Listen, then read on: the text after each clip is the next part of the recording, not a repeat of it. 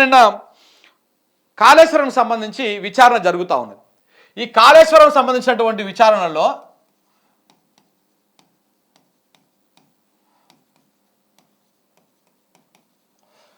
విచారణ జరుగుతూ ఉంది. దీన్ని జస్టిస్ ఘోష్ కమిషను విచారణ చేస్తూ ఉన్నది. ఈ విచారణ సందర్భంగా ఒకసారి ఇప్పుడు అందరినీ ఎవరైతే ఆ దాంట్లో ఆరోపణలు చేసినటువంటి వాళ్ళు, కాళేశ్వరం మీద ఆరోపణలు చేసినటువంటి వాళ్ళు, కాళేశ్వరంలో పనిచేసినటువంటి వాళ్ళు అందరి నుంచి వివరాలు సేకరిస్తూ ఉంది. మొన్న స్మితా సబర్వాల్ని పిలిచింది కమిషన్, నిన్న కోదండరావును పిలిచింది. కోదండరావును పిలిస్తే కోదండరావు కమిషన్ ముందుకు పోయి మీరు చేసినటువంటి ఆరోపణలకు సాక్ష్యాలు ఇవ్వండి అని చెప్పేసి కమిషన్ సభ్యులు అడిగితే ఆయన ఏం ఆరోపణలు చేసిడో ఆరోపణలే రాసిచ్చినంట. కనీసం ఒక అఫిడవిట్ కూడా చక్కగా ఇవ్వలేకపోయినంట. ఒకసారి దానికి సంబంధించి చూపిస్తాను మీకు. ఇక ఆయన మళ్ళీ ప్రొఫెసర్. ఇక చూడండి, ఎమ్మెల్సీ కోదండరాం పైన కాళేశ్వరం కమిషను అసహనం. కమిషన్ చేపట్టిన విచారణకు హాజరైన కోదండరాం అందజేసినటువంటి అఫిడవిట్ పైన కమిషన్ చైర్మన్ ఆగ్రహం. ఆధారాలేవి లేకుండా అఫిడవిట్ ఎలా సమర్పిస్తారు? అసలు ఇది అఫిడవిటేనా? అఫిడవిట్ దాఖలు చేసే విధానం ఇలాగనే ఉంటుందా అని ప్రశ్నించిన జస్టిస్ ఘోష్ సోమవారము నిర్ణీత నమూనాలతో ఆధారాలు ఇస్తారని చెప్పిన కోదండరాం, ఇప్పటికే 90 రోజుల గడువిచ్చినావు, నీకు కోర్టులు ఇంతకంటే ఎక్కువ సమయం ఇవ్వవన్న జస్టిస్ ఘోష్. అంటే ఈ దగ్గర ఆధారాలు ఉంటే కదా ఇవ్వడానికి. కోదండరాం ఆరోపించిన ఆరోపణలకు ఆధారాలు ఉంటే ఇస్తాడు. ఏమని చెప్పి నేను ఆరోపించిండు? మల్లన్న సాగర్ కింద లీనమెంట్లు ఉన్నాయి, మల్లన్న సాగర్లో నీళ్ళు నింపితే ఆడ భూకంపం వస్తుంది, మల్లన్న సాగర్లో నీళ్ళు నింపితే అది మొత్తం తెగిపోయి 4-5 జిల్లాలు కొట్టుకపోతాయి అని చెప్పేసి అబద్ధాలు ప్రచారం చేసిరు. ఈయన బ్యాచ్ యూట్యూబ్ ఛానళ్ళు ఇవన్నీ కూడా. అవన్నిటికీ ఆధారాలు ఇవ్వయ్యా అంటే ఆధారాలు ఏం లేవని తెల్ల ముఖం పెట్టిండి ఆడిపోయి. నాకు ఇంకా సోమవారం దాకా సమయం ఇయ్యి, 90 రోజుల నుంచి నేను గడ్డి వీకినా, సోమవారం దాకా సమయం ఇస్తే సోమవారం నాడు నేను పోయి పెడతా అని చెప్పేసి చెప్పిండంట. కాళేశ్వరం మీద ఒక్కొక్కరి భాగవతం ఏందనేది క్లియర్గా అర్థమైపోతా ఉంది. కోదండరాం ఇన్ని రోజులు చేసేటువంటి ఈ కోదండరాం రెడ్డి అన్నట్టు ఆయన ఇన్ని రోజులు చేసింది ఈయన రెడ్డి కాబట్టి, అవతల ఇంకొకరు వారు కాబట్టి వాళ్ళ మీద ఆరోపణలు చేయాలి. రెడ్డి రాజ్య స్థాపన కోసం ఈ రెడ్డి గారు తీవ్రంగా ప్రయత్నాలు చేసిండ్రు. అంతకు మించి ఇంకొకటి ఏం లేదు ఇందులో. మరి నిజంగా మీరు చేసేటువంటి ఆరోపణలు నిజమే అయితే ఇన్ని రోజులు మీరు చేసేటువంటి ఆరోపణలకు సంబంధించినటువంటి ఆధారాలు ఇవ్వాలి కదా కమిషన్ అడిగినప్పుడు. అవి ఇవ్వకుండా కేవలం మీరు ఏమైతే మాట్లాడిరో, ఏవైతే పనికిమాలిన ముచ్చట్లు చెప్పిర్రో ఆ పనికిమాలిన ముచ్చట్లే కాగితం మీద రాసుకొని పోయి ఇదే అఫిడవిట్ అని ఇస్తే, మీరు చెప్తే జనానికి కళ్ళు మూసుకొని జనం విన్నర్ కావచ్చు. ప్రతిపక్షాలు ఆ రోజు మీరు చెప్పిన దాన్ని అది చేసినాయి కావచ్చు. ఈ టీవీలు ఈ ఛానళ్ళు కాళేశ్వరం మీద అవగాహన లేకపోయినా కానీ మీరు చెప్పిన దాని మీద గంటల డిబేట్లు పెట్టినాయి కావచ్చు, స్పెషల్ స్టోరీలు చేసినాయి కావచ్చు. కానీ కమిషన్ అట్లా కాదు కదా. కమిషన్కి ఏది వాస్తవం ఏది అవాస్తవము, ఏది ఏ లెక్క ప్రకారం రావాలనో కొంత అవగాహన ఉంటుంది కదా. ఇలా మీరు చేసేటువంటి ఆరోపణలన్నిటికీ ఆధారాలు లేకుండా ఉట్టిగానే పోయి మీరు వాళ్ళ ముంగల చేతులు పెడితే, ఆ చేతుల ఈ పత్రాలు పెడితే తీసి ముఖాన కొట్టేసి ఓ సాలు నీ సకదానం అని చెప్పేసి పంపించిరంట. ఇట్లా ఉన్నది. ఈయన ఒక్కడే కాదు, ఇప్పుడు ఇంకొక ఆయన ఉంటాడు, ఆయన పేరు ఏం పేరే, జేఏసీ రఘు, విద్యుత్ సంఘాలకు. ఆ రఘును కూడా పిలవాలి, పిలిచి అడగాలి.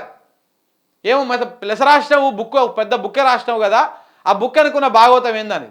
నేను చెప్తున్నా కదా, చివరికి ఇది ఈ కాళేశ్వరం కమిషను ఇది మొత్తం చివరికి ఏం తెలుస్తుంది అంటే ఇది కరెక్టే, కమిషన్ కాళేశ్వరం కట్టడం కరెక్టే అని తెలుస్తుంది. చూడండి మీరు.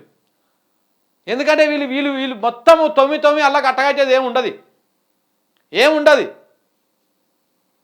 ఆ కమిషన్ ఇచ్చిన రిపోర్ట్ చూస్తే మనకు అర్థమైపోతుంది. రేపు చూడండి ఇంకా వస్తుంది కదా. ఇంకా దీంతో పాటు ఇంకా కొన్ని పత్రికలు రాస్తాయి. ఇగో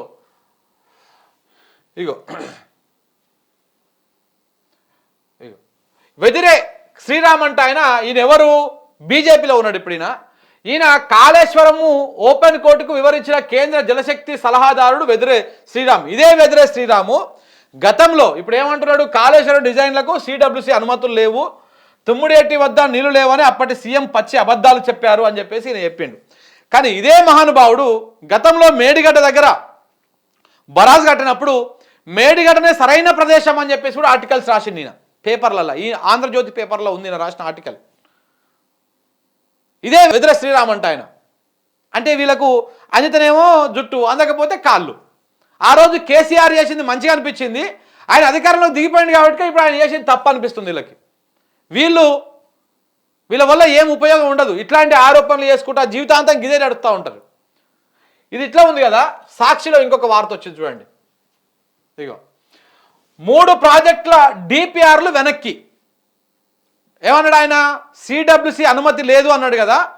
అది ఇక్కడ చూడండి. రాష్ట్ర ప్రభుత్వానికి కేంద్ర జల సంఘం భారీ షాకు. కాళేశ్వరం అదనపు టీఎంసీ, పాలమూరు రంగారెడ్డి, వాద్రా ప్రాజెక్టుల డిపిఆర్ తిప్పి పంపుతూ లేక తాము లేవరెత్తిన అంశాలకు సమాధానం ఇవ్వకపోవడంతో తీవ్ర చర్యలు. అంటే కాళేశ్వరం అదనపు టీఎంసీ డిపిఆర్ను వెనక్కి పంపుతున్నా అంటే కాళేశ్వరానికి 2 టీఎంసీలకు డిపిఆర్ ఉందనే కదా, ఆ 2 టీఎంసీలకు డిపిఆర్కు అనుమతులు ఉన్నాయనే కదా, సిడబ్ల్యూసి అనుమతి ఉన్నదనే కదా. ఆడ వెదుర శ్రీరామ్ చెప్పినటువంటి మాట, ఆయన చెప్పినటువంటి వ్యాఖ్యలు అది శుద్ధ తప్పు అని చెప్పేసి ఇక్కడ సిడబ్ల్యూసీనే చెప్తా ఉన్నది, మనం చెప్పుడు కాదు. ఇక్కడ ఆయన ఏమంటా ఉన్నాడు? అసలు కాళేశ్వరానికి డిపిఆర్ఏ లేదు, కాళేశ్వరానికి సిడబ్ల్యూసి అనుమతే లేదు అని చెప్పేసి ఆయన చెప్తా ఉన్నాడు కదా, పచ్చి అబద్ధాలని. అవి అబద్ధాలు అని సిడబ్ల్యూసీనే చెప్పింది. ఎట్లా? కాళేశ్వరం మొత్తానికే లేదు, డిపిఆర్ లేదని కాదు, ఓన్లీ 3వ టీఎంసీకి డిపిఆర్ కోసం మాకు పంపిర్రు, అప్రూవల్ కోసం, డిపిఆర్ అప్రూవల్ కోసం. మేము దాంట్లో కొన్ని డౌట్లు అడిగినాము, అందుకే వాళ్ళు ఇంకా చెప్తలేరు, ప్రభుత్వం ఇంకా సమాధానం ఇస్తలేదు. దాంతో ఈ 3 ప్రాజెక్టులు ఏవైతే కాళేశ్వరం అదనపు టీఎంసీ, 3వ టీఎంసీ అనుమతి డిపిఆర్, దాంతోపాటు పాలమూరు రంగారెడ్డి డిపిఆర్, వాద్రా ప్రాజెక్టుల డిపిఆర్లను మేము తిప్పి వెనక్కి పంపుతున్నాము.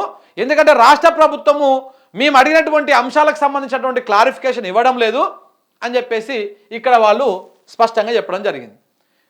డిపిఆర్ లేదు అని చెప్పేసి కాళేశ్వరం మీద మాట్లాడినటువంటి ఈ వక్తలు, ఈ మేధావులు, ఈ మూర్ఖులు ఎవరైతే ఉన్నారో వాళ్ళందరికీ చెంపపెట్టు లాంటిది ఈ విషయం.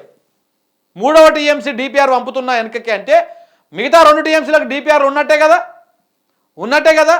డిపిఆర్ లేకుండా ఎవడైనా ప్రాజెక్ట్ కడతాడా? ఎంత పచ్చి అబద్ధాలను ప్రచారం చేసిర్రో ఇక్కడ చూస్తే మనకు అర్థమైపోతుంది. సరే, ఆ విషయం అటు పక్కన పెడితే మరి ఈ 3 డిపిఆర్లు వెనక్కి పంపితే తెలంగాణ రాష్ట్రానికి నష్టం రాదా? ఎంత నష్టం వస్తుంది? 3వ టీఎంసీ తీసుకుంటే రేపటి భవిష్యత్తు తరాలకు, ఎందుకంటే ఇప్పటికే గోదావరి నదిని, కావేరి నదిని అనుసంధానం చేద్దామని చెప్పేసి భయంకరంగా చర్చలు జరుగుతూ ఉన్నాయి. తెలంగాణ నీళ్ళను ఎత్తుకపోవడానికి తీవ్రమైన చర్చలు చేస్తూ ఉన్నాడు మోడీ. చాలా ఇంట్రెస్టింగ్గా ఉన్నాడు తమిళనాడు మీద. తుపాకులగూడానికి మేడిగడ్డకు మధ్యలో ఒక కట్ట కట్టేసి అక్కడి నుంచి వాటర్ ఎత్తుకపోయి కావేరికి అనుసంధానం చేయాలని ప్రయత్నాలు చేస్తూ ఉన్నారు. ఒకవేళ ఇవన్నీ కనుక జరిగితే మనకు రావాల్సినటువంటి నీళ్ళ వాటా తగ్గిపోతుంది. ముందే కనుక మనం ఇంపీరియర్ రైటా ఏదో రైట్ అని ఉంటుందట, మనం ఒకసారి మాట్లాడుకున్నాం. నదిలో మన వాటా మనం ముందే తీసి పెట్టుకుంటే భవిష్యత్తులో ఈ నీళ్ళని వేరే రాష్ట్రాలకు పంచాలన్నా కానీ మన వాటా మనకు అలా ఉండిపోతుంది. ఒకవేళ కనుక మనం 3వ టీఎంసీ అదనపు అది అనుమతులు తీసుకోకపోతే రేపటి నాడు మనకు 3 టీఎంసీలు కావాలన్నా కానీ కుదరదు, ఇవ్వరు. ఎంత తెలంగాణ రాష్ట్రం చాలా ప్రమాదంగా, చాలా నష్టపోతుంది అప్పటికి. ఈ పాలమూరు రంగారెడ్డి డిపిఆర్ కూడా వెనక్కి వచ్చేస్తుందంట. మరి నేను పాలమూరు బిడ్డను, నేను ఈ బిడ్డను, ఇది అది అని చెప్పేసి పొంగనాలు కొడుతున్నటువంటి ముఖ్యమంత్రి గారు ఆ పాలమూరు రంగారెడ్డి డిపిఆర్లో వాళ్ళు కేంద్ర సిడబ్ల్యూసీ ఏమేమి అడిగిందో అవన్నీ చెప్పడానికి, క్లారిఫికేషన్ ఇవ్వడానికి వీళ్ళకి వస్తున్న నష్టం ఏంటిది? ఈ వాద్రా ప్రాజెక్టు సంబంధించి దాని మీద వస్తున్న నష్టం ఏంటిది? తుమ్మిడేటి కడతాం, ఆడగడతాం అంటారు కదా, తుమ్మిడేటికి వచ్చేదే ఈ వాద్రా. ఆదిలాబాద్ జిల్లాలో ఆసిఫాబాద్ జిల్లాకు నీళ్లు పోతాయి ఈ ప్రాజెక్టు కడితే. మరి దాని మీద డిపిఆర్లు ఇస్తేందుకు ప్రాబ్లం ఏంటి వీళ్ళకి? ఇవన్నీ కూడా చేయరన్నమాట. ఇట్లాంటి తెలంగాణ రాష్ట్రానికి అక్కడికి వచ్చేటివి, ఇవి ప్రజలకు అక్కడికి వచ్చేటివి. ఇప్పుడు పాలమూరు రంగారెడ్డి డిపిఆర్ ఇస్తే డిపిఆర్ క్లారిఫికేషన్ వచ్చిందనుకో, క్లియరెన్స్ వచ్చిందనుకో, మన పక్కన ఉన్న చంద్రబాబుకు నష్టం అవుతుంది. అందుకని మనం దీని మీద స్పందించొద్దు. ఆ డిపిఆర్ వెనక్కి పంపితే మళ్ళీ 5 ఏళ్ళలో 10 ఏళ్ళలో మనం దాని చుట్టుముట్టు తిరగాలి. అప్పటికి పుణ్యకాలం గడిచిపోతుంది, వాడు దోసుకోవాల్సిన నీళ్ళని దోసుకొని పోతాడు. తెలంగాణ రాష్ట్రం ప్రజలకు మంచి చేయడం కోసం, రాష్ట్రానికి మంచి చేయడం కోసం ముఖ్యమంత్రులు కాంగ దృష్టం కానీ ఈయన పక్క రాష్ట్రానికి మంచి చేయాలి, బీజేపీ చెప్పు చేతుల్లో ఉన్నటువంటి వ్యక్తిని మనం ముఖ్యమంత్రిగా ఇలా చూస్తూ ఉన్నాం. ఈ రకంగా ఒక తీర నష్టాన్ని చేస్తూ ఉన్నాడు రేవంత్ రెడ్డి తెలంగాణ రాష్ట్రానికి.